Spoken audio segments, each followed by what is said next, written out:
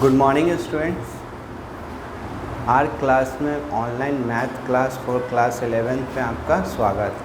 आज हम लोग क्लास 11th का बात करेंगे, ठीक है। मैथ्स हम लोग क्या पढ़ रहे हैं अभी, मैथ पढ़ेंगे। तो क्लास 11th में बहुत स्टूडेंट साइंस लिए हैं, बहुत लोग कॉमर्स लेते हैं, बहुत लोग आर्ट्स लेते हैं, अलग अलग लेते हैं। पहला मोटिव है, आप लोग ऑनलाइन क्लास कर रहे हैं, ये आप लोग को मालूम ही है ऑनलाइन अभी क्यों करवाया जा रहा है। अभी लॉकडाउन चल रहा है, उसमें आपका पढ़ाई डिस्टर्ब ना हो, इसके लिए हम आप लोगों को क्लास कंटिन्यू रखेंगे ऑनलाइन ही।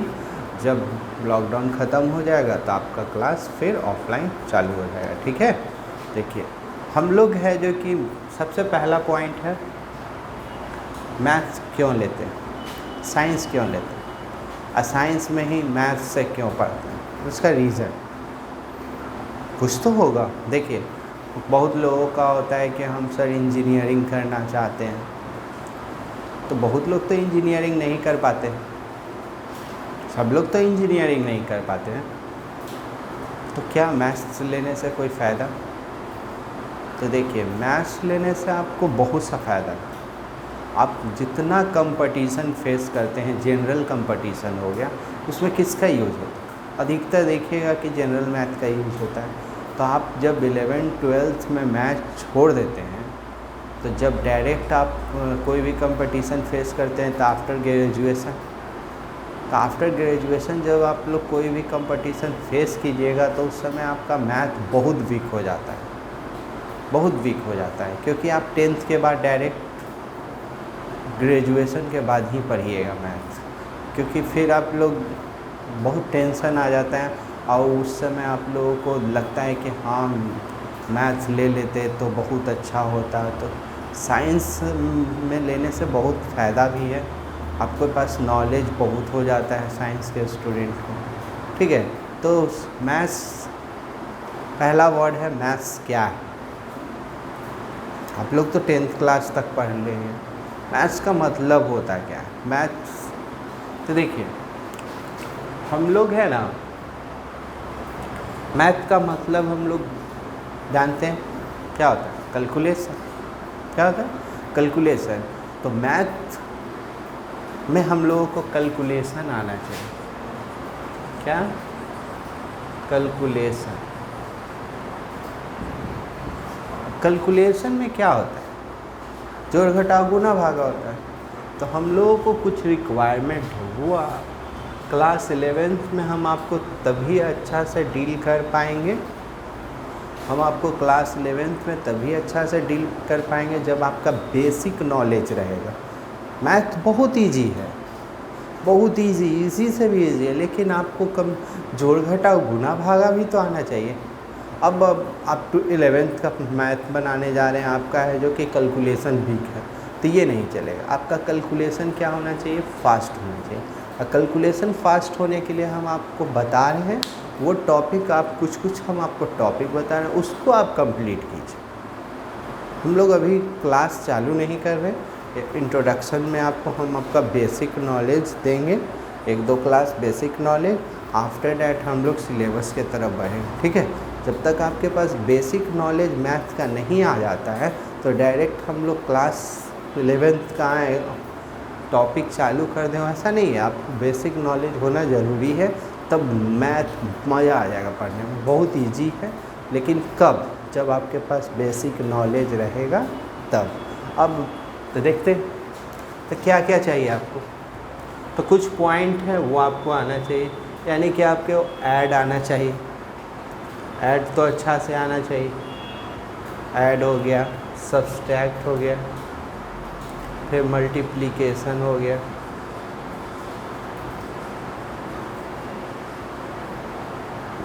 मल्टीप्लिकेशन हो गया, डिवाइड हो गया, डिवाइड बोल दीजिए, एलसीएम हो गया, ठीक है, एलसीएम हो गया। फिर है जो फैक्टराइजेशन आना चाहिए, मिडिल टर्म का फैक्टराइज करते हैं ना, मिडिल टर्म का फैक्टराइजेशन, जैसे फैक्टराइजेशन हो गया, फैक्टराइजेशन आना चाहिए आपको। फिर आपको स्क्वायर रूट निकालने आना चाहिए, रूट आना चाहिए, स्क्वायर रूट फाइंड करने के लिए आना चाहिए। फिर आपको स्क्वायर याद होना चाहिए, होता है ना स्क्वायर में जैसे बोल दिया जाता है 1 का स्क्वायर, 2 का स्क्वायर, 3 का स्क्वायर, ये सब बेसिक है। स्क्वायर आना चाहिए। स्क्वायर के बाद आपको क्यूब भी याद कर लीजिएगा 10 तक, क्यूब भी याद कर लीजिएगा, जैसे 1 का क्यूब, 2 का क्यूब, यही होना चाहिए। फिर आपको टेबल अच्छा खासा याद होना चाहिए। टेबल, कितना लोग बोलते हैं सर टेबल का क्या ज़रूरत है, गुना करने तो आता ही है फास्ट। तो देखिए टेबल याद होने से आपका क्या है, जहाँ तक हमको काटना पड़ता है तो कैलकुलेशन के समय आप बीच में साइड में इंटू करने में टाइम वेस्ट ना कीजिए। कम से कम आपको है ना 25 तक, 2 से 25 तक टेबल आना चाहिए बेसिक। फिर बेसिक में आपको अलजेब्रिक फार्मूला आना चाहिए, अलजेब्रा का फार्मूला आना चाहिए, अलजेब्रिक फार्मूला, अलजेब्रिक फार्मूला आना चाहिए।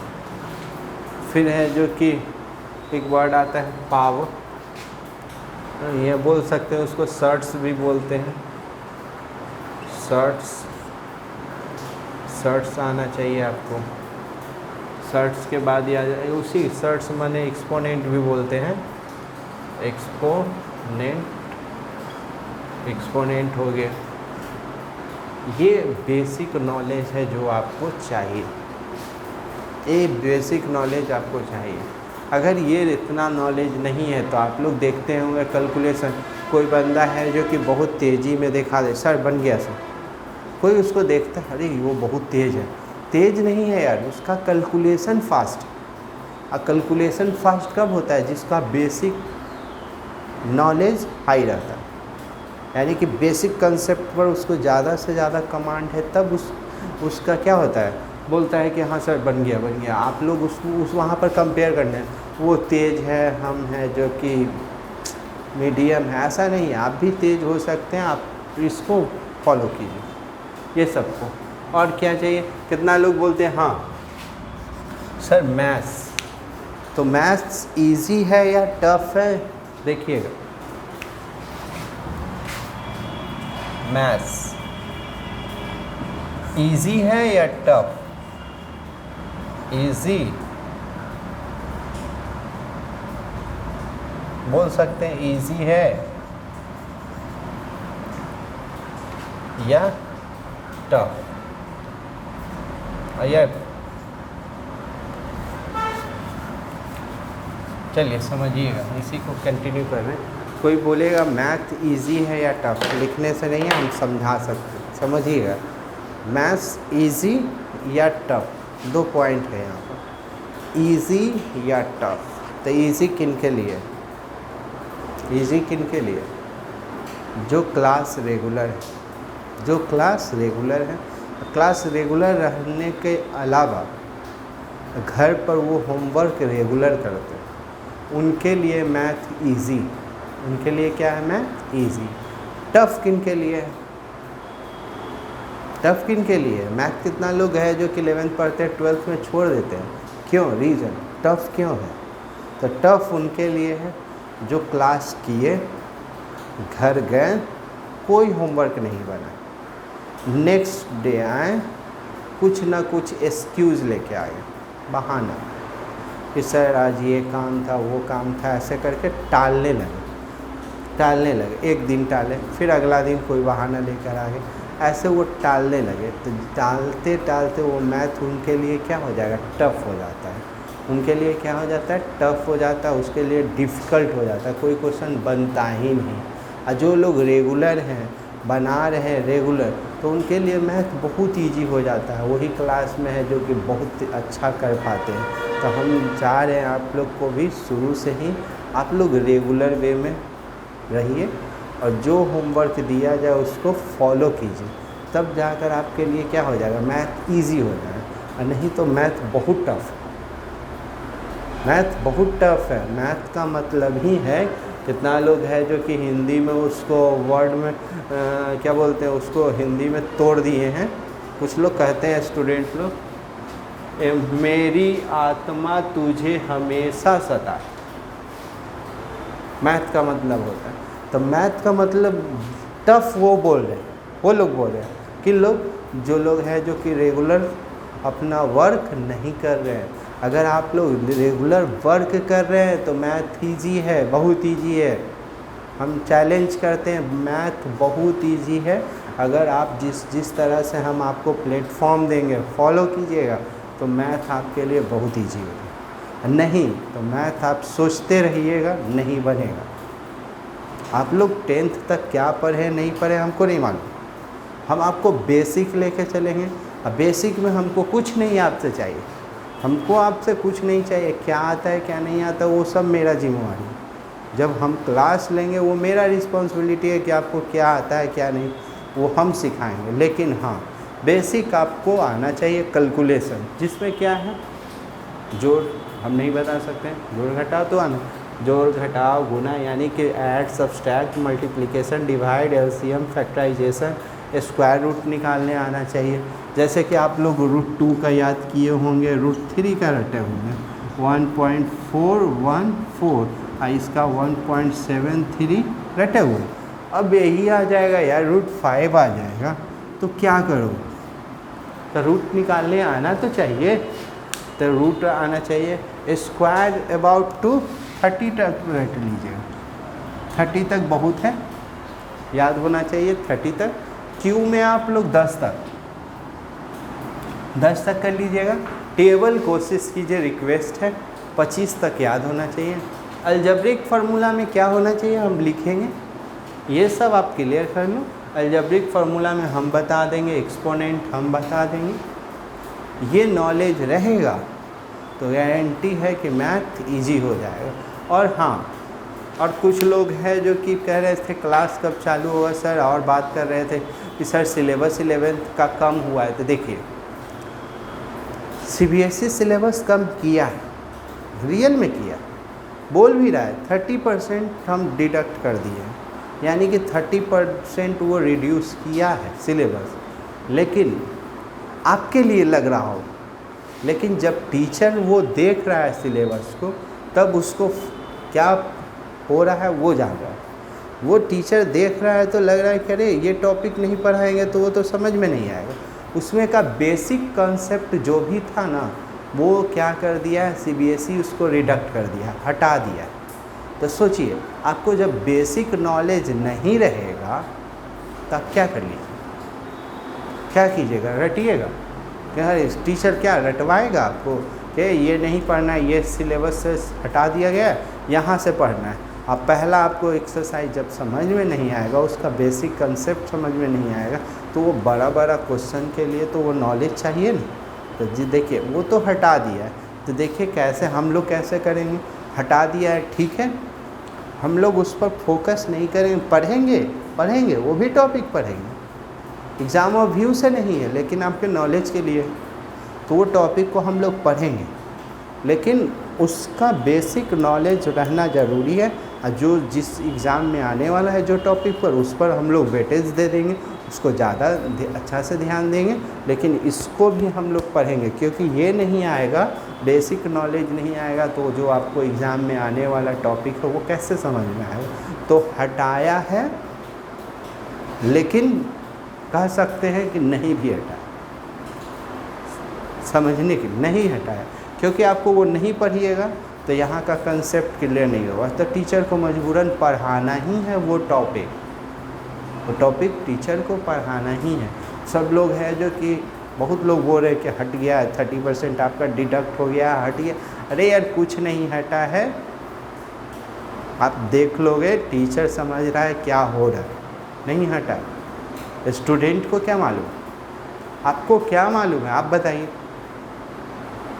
अब तो अभी पढ़े नहीं है, बोल दिया हाँ ये टॉपिक ये टॉपिक। अब वो टॉपिक को पढ़ाने के लिए उसका नॉलेज, बेसिक नॉलेज कहाँ से आएगा, वो तो टीचर ने जान रहा है कि आपको कैसे देना है। तो ये समझिए, हटा कुछ नहीं है, आपका एग्ज़ाम और व्यू में कुछ पार्ट आपको डिडक्ट कर दिया जाएगा, क्वेश्चन कम कर दिया जाएगा, लेकिन आपको इसका भी नॉलेज चाहिए, नहीं मिलेगा तो आप वो पार्ट को सॉल्व नहीं कर पाएंगे। ठीक है, हम लोग देखिए, हम लोगों का आज का क्लास इंट्रोडक्शन में हम लोग ये सब को फॉलो कीजिएगा। कैलकुलेशन देखिए, मैथ का मतलब ही होता है, देखते हैं लेट करते हैं फिर उसको सेट कर दिया जाता है, लेट सेट। तो सेट कहाँ कीजिएगा, सेट कहाँ कीजिएगा, तो फॉर्मूला पर। सेट कहाँ कीजिएगा, फॉर्मूला पर। और सेट करने के बाद क्या आंसर आ जाता है, सेट करने के बाद आंसर आ जाता है नहीं, फिर वहाँ से क्या करना पड़ता है, सेट करने के बाद है ना, यही फॉलो करना पड़ता है, कैलकुलेशन। क्या फॉलो करना पड़ता है, सेट कर दिए फार्मूला पर, उसके बाद कैलकुलेशन होगा, या तो जोड़ेंगे, घटाएंगे, गुणा करेंगे, सब्सट्रैक्ट, मल्टीप्लाई, फैक्टराइजेशन। फिर आफ्टर डैट ये सब करने के बाद, ये सब करने के बाद, प्रोसेस करने के बाद, ये प्रोसेस में कैलकुलेशन,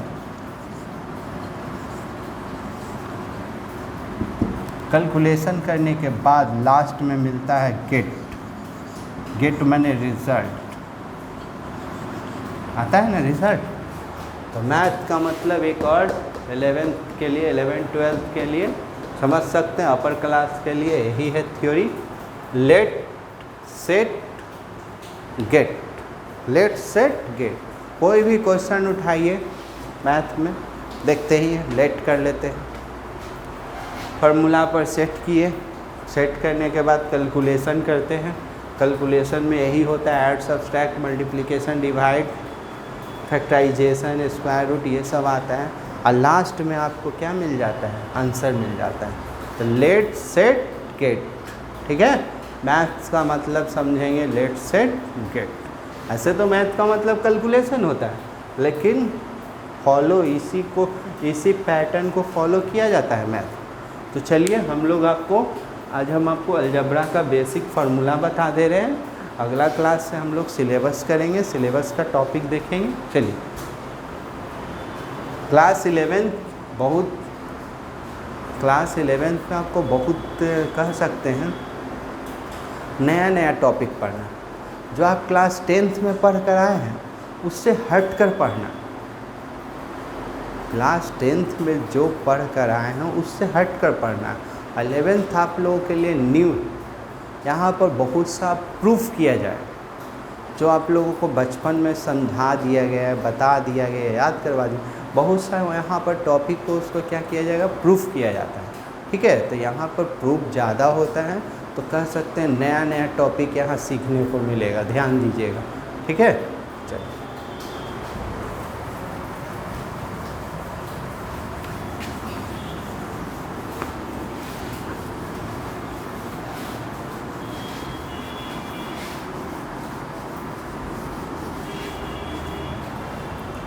ये सब फार्मूला देख लीजिएगा।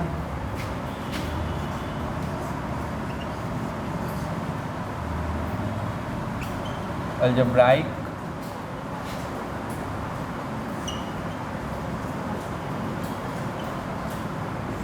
पहला a प्लस बी का होल स्क्वायर, याद होगा, ये तो याद होगा। तो क्या होता है, तो a square B square plus 2ab, a minus B का स्क्वायर, तो a square B square minus 2ab। फिर तीसरा a square plus B square, तो देखिए a square plus B square यहीं से मिलेगा, a square plus B square, तो ये प्लस है, इधर जाएगा तो क्या हो जाएगा, माइनस। तो a प्लस बी का स्क्वायर माइनस ab, या ये माइनस है, इधर जाएगा तो प्लस, तो a माइनस बी का स्क्वायर प्लस 2ab, ठीक है। चौथा a square minus B square, तो a plus B a minus B. पचमा a प्लस बी का होल क्यूब। थोड़ा फास्ट लिखिए, जल्दी जल्दी कीजिए।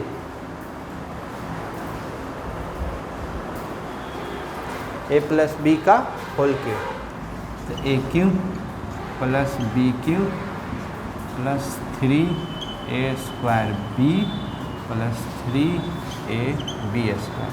कितना लोग इसी को और करके लिखते हैं, ऐसे बना सकते हैं, a cube B cube 3ab इसमें से कॉमन हो जाता है, यहाँ a प्लस बी, ठीक है। 5 हो जाएगा, 6 आपका हो जाएगा a प्लस बी का a माइनस बी का होल क्यूब, तो a cube minus B cube. Minus वाला हम लोग हमेशा भूल जाते हैं, तो ये याद रखिएगा, माइनस किसके पास रहता है, तो यहाँ पर b के पास माइनस है, तब याद होगा। अगर पावर ऑड रहता है तो निगेटिव हो जाता है, पावर इवन रहता है तो क्या हो जाता है, पॉजिटिव। तो देखिए b के पास a तो पॉजिटिव ही रहेगा, b के पास माइनस है तो यहाँ q है, निगेटिव हो जाएगा, प्लस वाला ही याद रखना पड़ता है। यहाँ b के पावर क्या है 1, तो निगेटिव है, 1 है, ऑड है, तो ये क्या हो जाएगा माइनस, ठीक है। यहाँ b के पास क्या है इवन, इवन होने के चलते क्या हो जाएगा पॉजिटिव, ठीक है। 6 अब आ जाइए 7 a क्यूब। ये सब यूज़ किया जाएगा, ट्रिगो में यूज होगा, कैलकुलस में यूज होगा, तो ये सब याद होना चाहिए। a cube plus b cube, तो a प्लस b यहाँ हो जाता है ये सब 9th क्लास से 8th क्लास में formula, a square plus b square minus ab।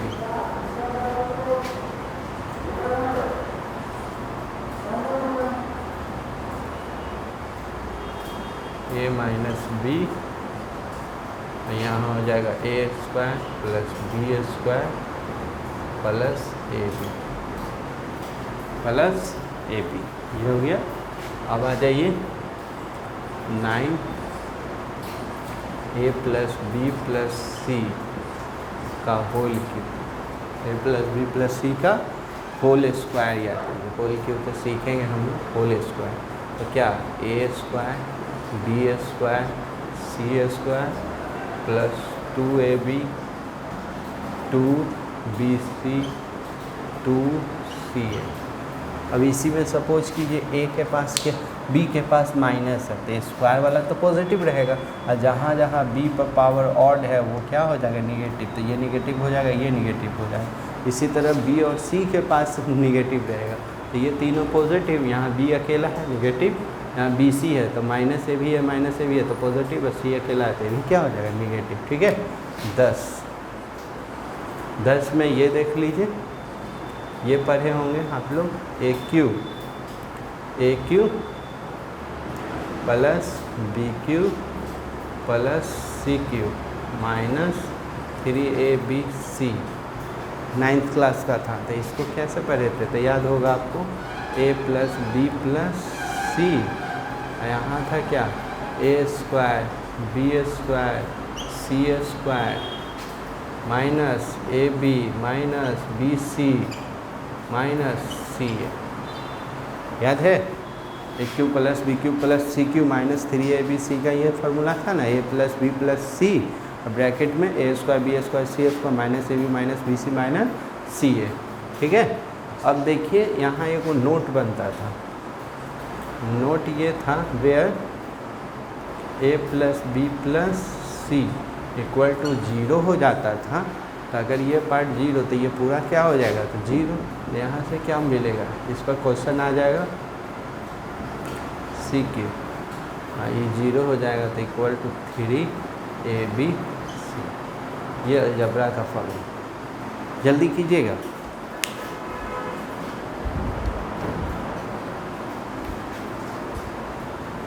हम लोग इसके बाद देख लेते हैं, फास्ट कीजिए। एक्सपोनेंट जो आपको आता है, छोटा मोटा नॉलेज होना चाहिए।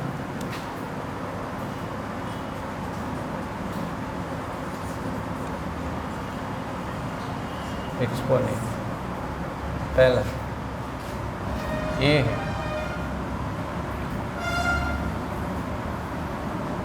यहाँ m, तो इसको क्या लिख सकते हैं, m। दूसरा 1/a⁻m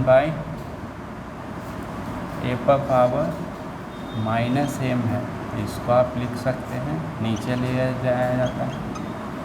तीसरा a है, a⁻m है और b⁻m है, तो आप इसको लिख सकते हैं ab⁻m। चौथा उसी तरह से a⁻m है, a⁻m, यहाँ b a⁻, चाहे अभी इंटू में हो गया ना, तो एक डिवाइड में भी देख लीजिए, a⁻m है, यहाँ b⁻m है, तो इसको लिख सकते हैं a/b⁻m।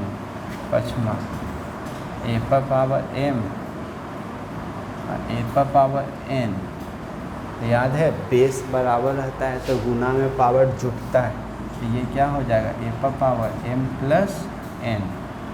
6 a⁻m, यहाँ a⁻n, तो डिवाइड में रहता है तो पावर क्या हो जाता है, घट जाता है, -n, m-n। और ये तो याद ही होगा, कोई किसी पर पावर 0 हो जाता है तो क्या होता है 1, सिर्फ 0 पर पावर 0 को छोड़कर। ठीक है, आ जाइए 8।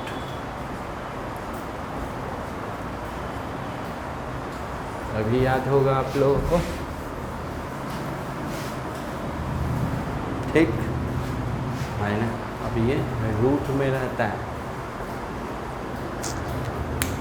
रूट में रहेगा तो क्या होगा, ये रूट में, यहाँ m, यहाँ a, तो रूट का मतलब कुछ नहीं 1/, हो जाता है पावर में 1/।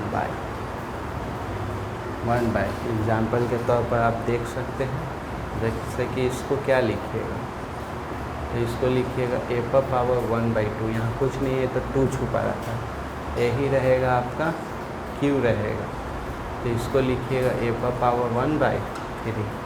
ठीक है, 9। अब यहाँ m है और यहाँ n है, तो क्या लिखिएगा, तो कुछ नहीं a⁻n, इसका मतलब तो 1/, जानते हैं, तो यही हो जाएगा a⁻n/n।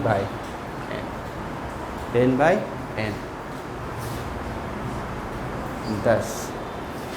उसी तरह से ऐसे रहेगा, ये भी रूट में m और यहाँ ये भी रूट में n, तब क्या लिखिएगा, तो कुछ नहीं, सबसे पहले इसका वर्किंग किया जाएगा, तो क्या लिखिएगा बोलिए, इसको छोड़ दीजिए, और ये रूट का मतलब जानते हैं a⁻1/n हो जाएगा। अगला स्टेप में आइएगा तो इसका मतलब हो जाएगा a⁻1/n और उसके ऊपर हो जाएगा 1/m।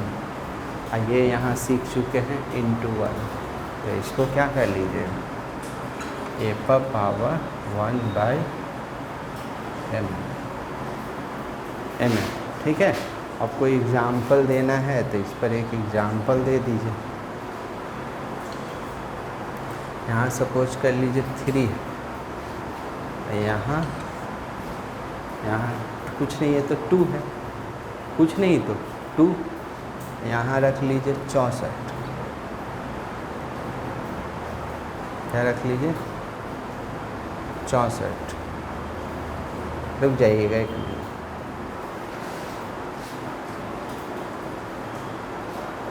यहाँ कर लीजिए आप, यहाँ 64 है ना, यहाँ कर लीजिए Q कर लीजिए, यहाँ भी Q कर लीजिए, यहाँ भी Q कर लीजिए। चलिए तो देखिए क्या कीजिए, तो इसको छोड़ दिए, आप इसको क्या लिखिएगा 64 तो पावर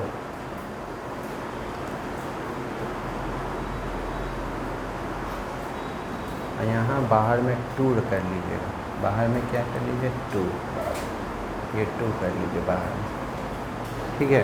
तो इसको हो जाएगा 1 इतना। तो 64 को क्या लिखिएगा 4 गुने 4 गुने 4, 4 चौको 16, 16 चौको 64। तो इसको आप ऐसे लिख सकते हैं, 2 छोड़ दिए, ये 64 का मतलब हो गया 4, तब 4 का क्यूब और उसके ऊपर 1/3, तो 3 से 3 गए, तब क्या बचा यहाँ 4। अब 4 को आप लिख सकते हैं, 4 को लिख सकते हैं 2 का पावर 2, और इसको लिख सकते हैं रूट का मतलब 1 है, ठीक है। अब एक बैग कोई करेगा तो इसी को डायरेक्ट इतना लॉन्ग कट नहीं जाएगा, इसी को शॉर्ट बनाएगा तो क्या बनाता, ये यहाँ इंक ख़त्म हो गया, 2 है यहाँ 3, तो कितना लोग क्या करेगा 64 लिखेगा 1/2 गुने 3, इसको फॉलो। और 64 को लिखेगा 2 2 जा 4, 4 2 जा 8, 8 2 जा 60, 60 2 जा 32, 32 जा 64, यानी कि 6 टाइम, तो 2 का पावर 6, और यहाँ भी 6,